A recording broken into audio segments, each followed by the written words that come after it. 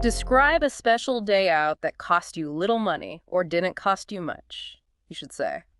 When was the day? Where'd you go? How much did you spend? And explain how you feel about the day. Ready for the Band 8 response. Okay, hit me. As test taker reading Band 8 response, I'd like to talk about a day when I went to a nearby park with my friends. It happened about 6 months ago on a weekend. We decided to visit the park because it was free to enter, and we wanted to spend some time outdoors. We brought homemade snacks and drinks, so we didn't have to spend money on food. The only thing I spent money on was the bus ticket, which cost me very little. We spent the day walking around the park, playing games, and relaxing under the trees. It was very peaceful, and we had a lot of fun talking and laughing together. I felt really happy about the day because it showed me that you don't need to spend a lot of money to have a good time. It was simple, but very enjoyable. Okay, got it. A clear response covers all the points. Yeah. Now let's move straight into part 3. I'll ask the questions now. As the examiner, going out on holidays can be tiring. Why do people still want to do it? As test taker reading Band 8 response, well, people go on holidays because they want to relax and take a break from their daily routine. Even if it's tiring, they enjoy exploring new places and spending time with loved ones. For example, traveling to a hill station might involve long hours of driving, but the beautiful scenery and peaceful environment make the effort worthwhile. Holidays also give people a chance to create happy memories with family or friends. As examiner, okay. Why do people like to have days off? As test taker reading Band 8 response, people like days off because they give them time to rest and do things they enjoy, like spending time with family or pursuing hobbies. For instance, someone might use their day off to cook a special meal or go for a walk in the park. It's also a chance to relax and recharge before returning to work or school. As examiner, and do people like to spend their leisure time out in your country? As test taker reading Band 8 response, yes, people in my country often go out during their free time, especially to parks, shopping malls, or restaurants.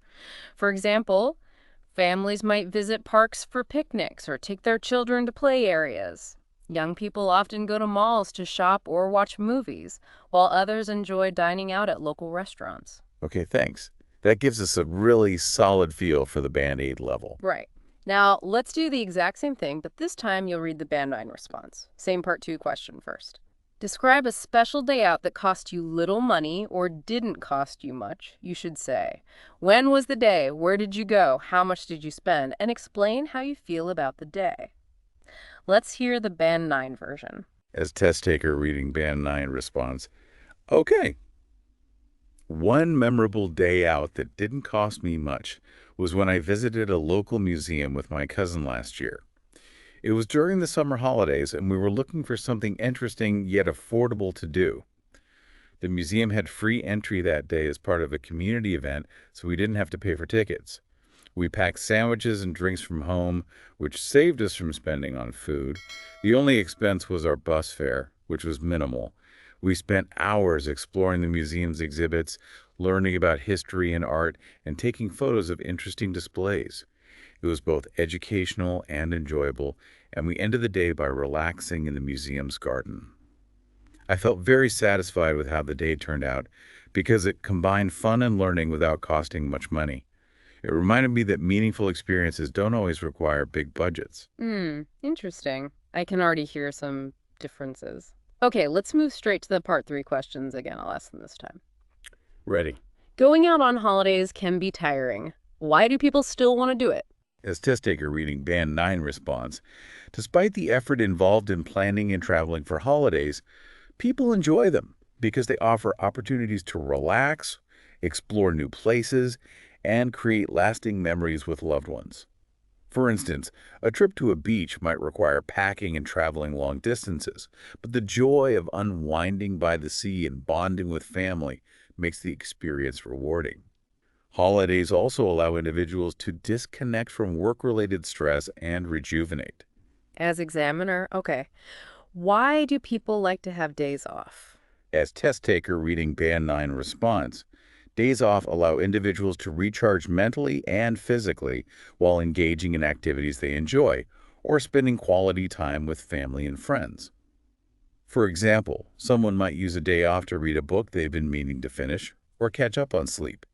These breaks provide relief from work-related stress and help improve overall well-being by allowing people to focus on personal interests. As examiner, and do people like to spend their leisure time out in your country?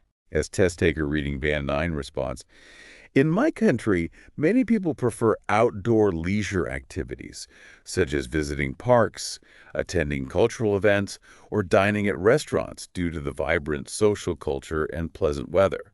For example, families often visit parks for picnics or attend festivals that celebrate local traditions. Young adults may choose restaurants or cafes for social gatherings, while others enjoy outdoor sports like cricket during their free time. Okay, great. So now we've heard both sets, Band 8 and Band 9. This is where we get into the nitty-gritty, right? Let's unpack that Band 8 response first. Yeah, let's do it. So, in part two, the grammar was, like you said earlier, solid. Lots of simple past. Went, decided, brought, spent. Perfect for telling a story chronologically. Right, very clear. And using because to explain reasons, straightforward stuff, a Yeah. vocabulary like nearby park, homemade snacks, peaceful environment, it all works. It's effective communication. Absolutely. And the feeling described very happy, simple, but very enjoyable. It conveys the meaning clearly. It fulfills the task. Then, in part 3, the shift to present simple for general truths like people go on holidays because they want to relax.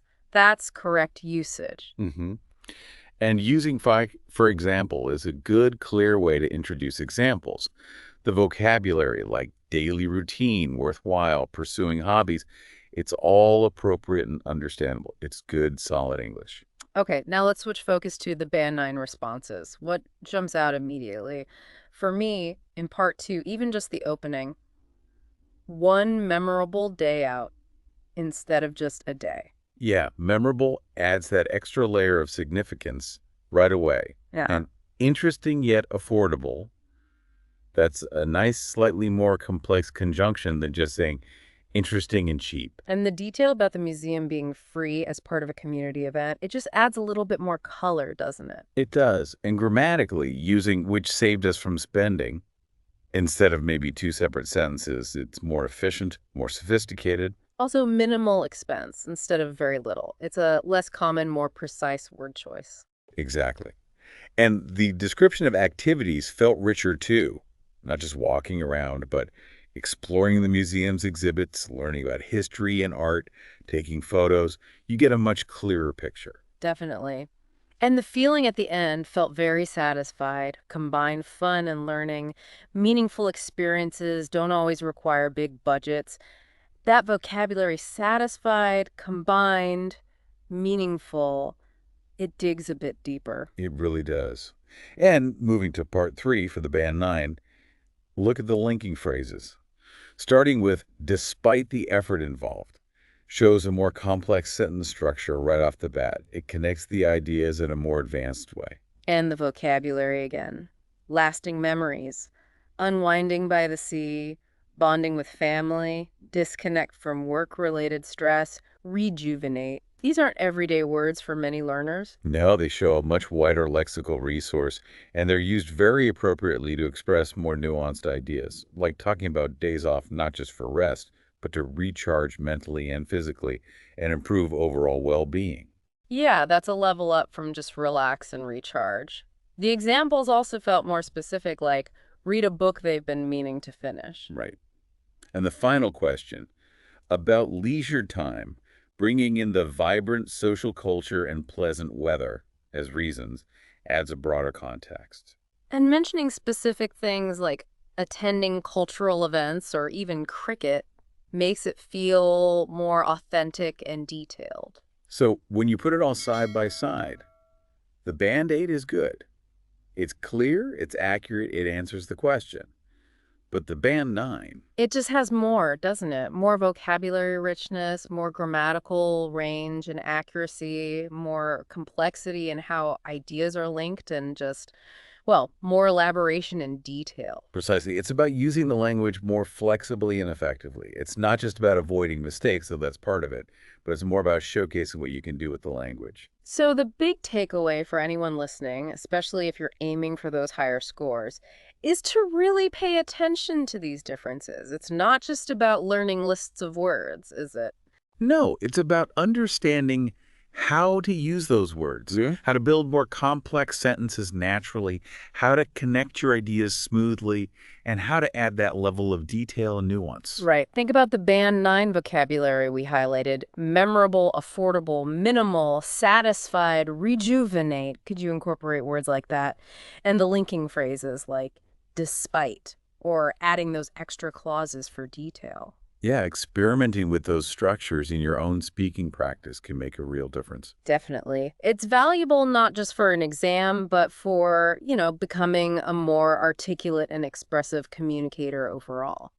So maybe a good final thought for everyone is, what's one small change you could try, maybe in vocabulary or a sentence structure, to add a bit more Band 9 flavor to your own English? Something to think about.